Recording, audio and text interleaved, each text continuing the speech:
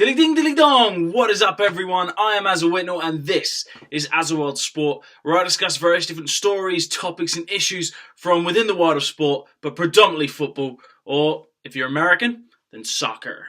Now, Sunday, the 15th of May 2016, officially marked the end of the 2015-2016 Premier League season, and with that, there is only one story to talk about: Leicester City winning the Premier League. Now, in sporting terms, this is a miracle. Why? Well, if you go back to last season, the 2014-2015 season, with 8 games to go, Leicester looked to be as good as down. There was no way that they were going to stay up. But miraculously, they won 6 of those remaining 8 games and escaped. And it has to go down easily as one of the greatest escapes in Premier League history. They pulled it off. And they have fantastic momentum going into this season. However, in the summer, they sacked their manager Nigel Pearson, and controversially at the time, brought in Claudio Ranieri, a man who has managed all kinds of different clubs from around Europe, some very big clubs, but had never won a league title. And I don't think he'd actually taken on a challenge as big as this when you actually look back through his entire career. He'd just come off of a really bad stint as Greece manager, and at the time a lot of Leicester fans were quite baffled as to why they'd chosen Claudio Ranieri. But in the opening game, you could see straight away that it was going to be a different Leicester than the Leicester that we saw last season. They were going to carry on that winning momentum even under Ranieri, because at the time they faced who were regarded as relegation rivals in Sunderland, and they beat them 4-2 at the King Power Stadium at home. And boom, they were off the mark. But no one could have predicted that Leicester were going to go on to win the league. Now, why was this such a massive shock in the sporting world? Well, let's just put it into comparison, or put it into retrospect so that you can fully understand the magnetism of what Leicester have managed to pull off. So at the start of the season, they were 3-1 on to be relegated.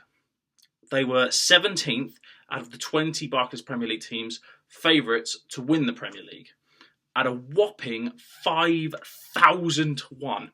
Now, there were actually better odds at the time on Kim Kardashian being or becoming the President of the United States of America, or the Pope playing for Rangers in Scotland. That is how astronomically amazing this feat that Leicester City have managed to pull off is.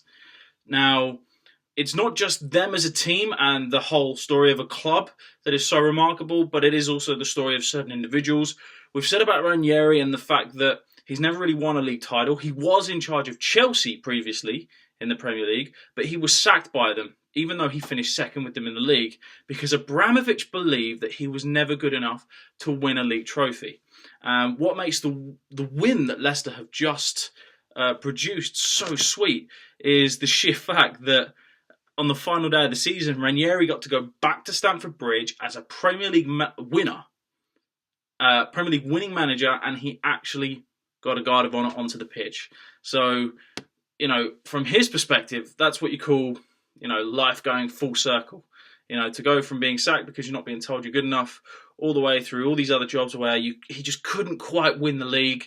He then had probably his lowest of lows with Greece, and now to win the league title with Leicester. I mean, some movies aren't even written this well.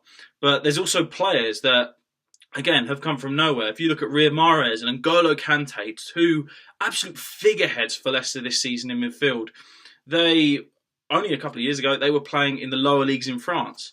Jamie Vardy, their top goal scorer this season with 24 goals. Only a few years ago, he was working part-time in a factory whilst also playing non-league football.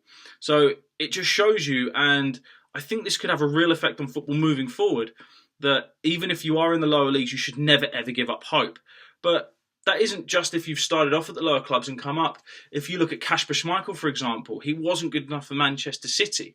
Okay, they did bring in Joe Hart, and obviously he's had a phenomenal career at Manchester City. But Kasper went from Manchester City down into the lower leagues, and for a few years he was just bobbling around in different clubs, then found himself at Leicester and again has risen with them.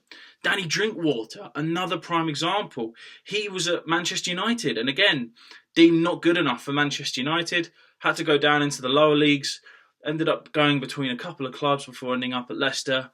risen with the challenge. But I think arguably the funniest one out of all of them is Michael Brighton, because he was deemed not good enough to play for Aston Villa, the team who finished rock bottom of the Premier League this season. They've been relegated. They're in a bit of a pickle, to say the least, in terms of how the club is run and where it's going.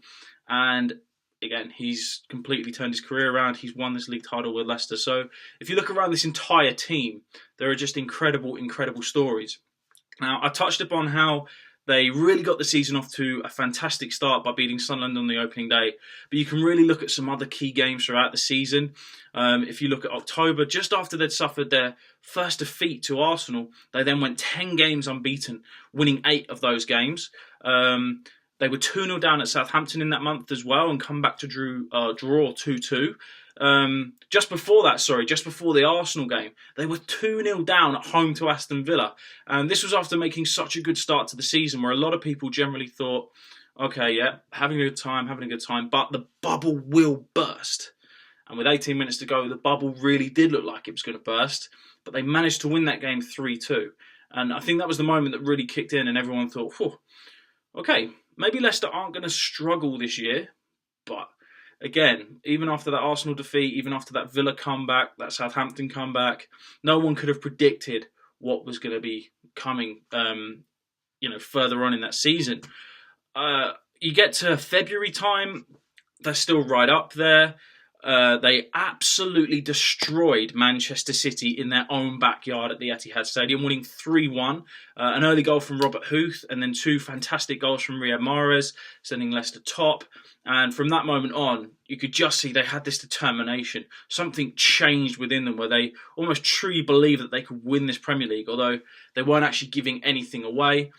Obviously, again, if you go a little bit earlier on into the season from that, you could look at December time. You can see that that win over Chelsea was obviously another big moment for them, because they managed to not only beat at the time the current champions Chelsea, but they pretty much knocked them out of the title race, and probably that result really was the kicker that knocked Chelsea out of the top 4 race as well. So they were just some of the key results heading in towards kind of just after mid-season. But then when we got to the return fixture against Arsenal, Leicester, they seemed to have a plan that was working really, really well. They were 1-0 up, and even though they got knocked down to 10 men because Danny Simpson was sent off, they defended for their lives. And it almost felt like they were going to pull off this fantastic result. But then Arsenal hit back with 2 late goals. Danny Welbeck actually scoring the winner in stoppage time. He got a header off of a Mesut Ozil free kick. And at that moment, everyone thought, yep, that's it. Leicester are going to implode. Arsenal had their backs up. Everyone thought it was going to be plain sailing for Arsenal from here on in. But they couldn't have been more wrong, because again, after an Arsenal defeat, Leicester went 10 games unbeaten, winning 5 of those games 1-0, keeping a number of clean sheets throughout the season. And you could just see that this was slowly starting to happen, and they were getting more and more and more excited. 2 other really key games was one game where they were away at Sunderland. They won 2-0. And the reason why this was a key game, not necessarily because it was a shock result, because Sunderland were really struggling at this point, but it was more because Leicester had actually officially qualified for the Champions League by beating Sunderland in their own backyard. And just from that alone, you could see just how proud they were to have got to that point in the season. Ranieri was crying on the day. That's where we heard, obviously, that famous phrase now, dilly ding, dilly dong, we're in the Champions League, man. Come on, be excited. And I think that's, again, another point where they just thought, okay, that's another thing that we can cross off our list. We've finally got there. Now we can focus on the next target, which was winning the Premier League title. At the time, leading up to the final few weeks of the season, they only really had one contender, because Chelsea just had a car crash of a season. It's one that I'm pretty sure any Chelsea fan will want to forget. Same with the players. Yeah, pretty much anyone associated with that club will want to forget this season, because they're not even in Europe next year, not even in the Europa League. They ended up finishing 10th. Saying that, I fully expect Chelsea to come back stronger than ever next season. So I do think they really are one to watch. Manchester United, the Red Devils. Wow, that one's a controversial one to say the least, because some United fans some United fans still like Louis van Gaal. The majority, though, they don't, and it's safe to say that club is still very much in a transitional phase. And Manchester City and Arsenal, bear in mind, they were the two favourites for the Premier League title this season. Seriously, after City announced that they were going to have Pep Guardiola taking over from Manuel Pellegrini at the end of the season, that was it. Their form dropped and they pretty much just withered away, really. They literally crawled over the line to finish fourth, although they did end up level on points with Manchester United, but had a far superior goal difference. So, unless United managed to pull something off that's absolutely crazy against Bournemouth after obviously their game was abandoned for, should we call it a mistake? Or should we just call it a complete and utter blunder, really? Kind of inexcusable that you leave a dummy bomb device in a football stadium. It's only discovered 20 minutes before a game. Really? Come on. Anyway, we'll move on from that. We'll kind of ignore the fact that United haven't got into the Champions League. We'll save that for another video, I think. Obviously, now moving forward, they're going to be completely focused on the FA Cup. So it's going to be interesting to see what happens with them over the summer as to whether or not they are going to come back, like I expect Chelsea to come back. But let's not take it away. Leicester were obliterating the Premier League, all right? They didn't just win it in terms of edging it. They absolutely smashed it. They won the league by 10 points in the end. It was truly incredible. Riyad Mahrez got PFA Player of the Year, which he fully deserved. Jamie Vardy, sorry. He won the Barclays Premier League Player of the Year, and he also won the Footballer Riders Player of the Year as well, which again, those two fully deserve them. It wasn't just a fluke. Those guys were involved in well over 40 goals this season. They truly smashed it. It was incredible. But pushing them all the way up until the final couple of weeks were Tottenham Hotspur. Now, Tottenham Hotspur, again, fantastic season. I'm pretty sure, despite that really horrific last day that you guys had, I mean, there's nightmares and then there's what happened at Newcastle, losing 5-1, conceding 3 goals when Newcastle have had a man sent off, and costing you your place to finish above Arsenal. Wow, could you really have had much worse of a day? But yeah, up until the final couple of weeks, Tottenham were the main rivals to Leicester. As much as Arsenal didn't do well to finish second, really, let's face it. Arsenal should have won this Premier League. But, the fact that they actually managed to, pip Tottenham, such a kick in the teeth of the Spurs fans. But it was up until those last few weeks. Tottenham really looked like they were going to push Leicester, but unfortunately, Tottenham bottled it. And it was a real shame because it would have been exciting to have seen Leicester have to go into that Everton game at home needing a win and having Tottenham ride on their tails. But sadly, because Tottenham drew at home to West Brom, and then because they were beaten in the Royal Rumble match at Stamford Bridge, obviously I say that jokingly, when you consider that Tottenham had 9 yellow cards, which is a Premier League record, by the way, for the amount of yellow cards you can get in a single game, it really was a shame that Tottenham bottled it. But at the same time, again, I'm not going to take anything away from Leicester. They won the title. They fully deserved it. And when they lifted it, it was truly a moment of magic because the city really, really got behind their team. The entire city was coloured in blue. And the stadium, the atmosphere on the day was just absolutely insane, to say the least. Obviously, the famous opera singers were there. Obviously, the president of the club had flown over from Thailand. The fans were getting all kinds of freebies, and the players were celebrating like there was no tomorrow, which is exactly what they deserve. So, a truly, truly remarkable Premier League season. Now, just to, again, put into perspective how incredible this achievement is, Leicester's entire squad is only worth around £58 million. Now, let me just compare that to the previous 5 winning teams of the Barclays Premier League. Go back to the 2014-2015 season, last season, when Chelsea won it under Jose Mourinho. Their starting lineup alone cost £200 million. There you go. That's just one. Manchester City, when they won it the season before that, 2013-2014, their team cost £174 million.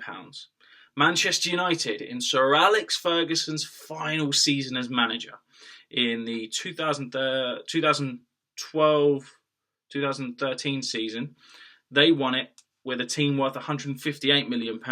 And then Manchester City, when they won it for the first time, thanks to that famous last-second Sergio Aguero winner, their team in 2011-2012 cost £194 million.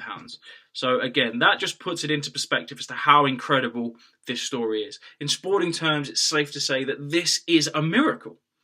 But it is a miracle that comes with an awful lot of questions. Firstly, can Leicester do this again next season? Can they retain their Premier League title? Can they even, fight for their Premier League title next season? Or do you expect them to just wither away? Secondly, how are they going to do in the Champions League? Are they going to be able to compete now they're up against European giants, not just English giants, in terms of Barcelona, Real Madrid, and Bayern Munich, for prime example? Also, Atletico Madrid. You've got to put Atletico Madrid in there nowadays as well. And in terms of where this stands in the world of football and the world of sports, is this the greatest achievement from an English footballing team? Is it the greatest achievement in English football? Is this the greatest underdog story in sporting history? Now, these are all things that I would really like to know, so please leave your comments below. Also, please let me know if you feel that there's anything that I've missed whilst I'm just summing up Leicester's incredible story. And until next time, I really look forward to seeing what you have to say, and I will see you guys again soon. I'm Aza Whitnall. Don't forget to check out all of my other videos on the channel. For anything to do with wildlife, adventure, sport, then Aza World is your place. I'm looking forward to doing an awful lot of projects from this point on. You can also check out all of my social media pages. They're in the bio below. And I will see you guys again soon.